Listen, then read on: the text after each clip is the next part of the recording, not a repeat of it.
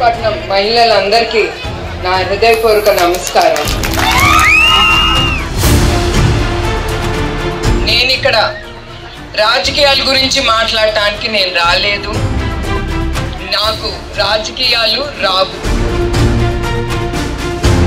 మేము సైకిల్కి ఓటేస్తామండి. మేము మట్టికి తెలుగుదేశాన్ని గెలిపించుకుంటాం. దేశంలోనే చేపల ఉత్పత్తి మన రాష్ట్రంలో నంబర్ 1 స్టేట్గా మన యావత్ దేశంలో ఉంది మన ఆంధ్రప్రదేశ్. గుజరాత్ తర్వాత 2వ పొడవైన తీర ప్రాంతాన్ని కలిగి ఉన్నది మన ఆంధ్రప్రదేశ్. మనకి ఈరోజు భువనేశ్వరి గారు చనిపోయిన వాళ్ళకి ఒక్కొక్కరిని పరామర్శించి పలకరించి 3 లక్షలు ఇచ్చిందంటే అది ఎంత ఘనతో ప్రజలందరికీ తెలుసు, పై దేవుడికి తెలుసు.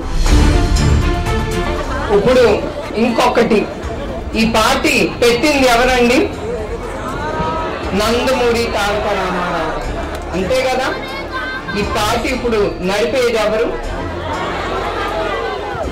నారా చంద్రబాబు నాయుడు గారు.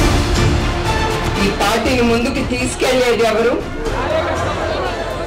ఎస్, ఇక్కడ ఉండే పసుపు సైన్యం లక్షలాది మంది ఉన్నారు. మీరే తీసుకెళ్తారు ఈ పార్టీని.